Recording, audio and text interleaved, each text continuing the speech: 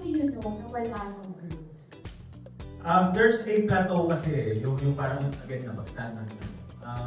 Sa akin, siguro, first came to my mind, just never stop learning. So, if you've already learned something, then learn something again outside that, yung field na yun.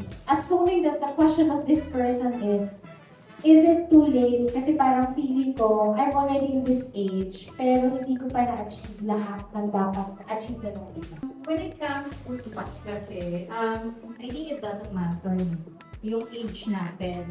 So, where we are now and where we are heading to. Just to share, ako, I also have my humble beginnings. Wala lang sa deck. Pero I also started as a promo lifer.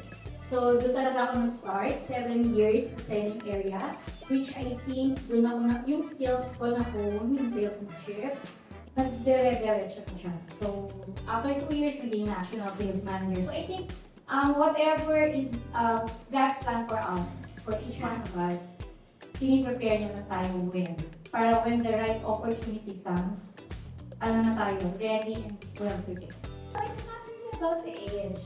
Sometimes you feel, is it too late or is it too early? Again, if you're able to use those skills, the talents and abilities that has been given to you properly, then there's really no wasted time, right? So, hindi rin too late because sometimes we get to compare our page 10 over the page 22 of other people.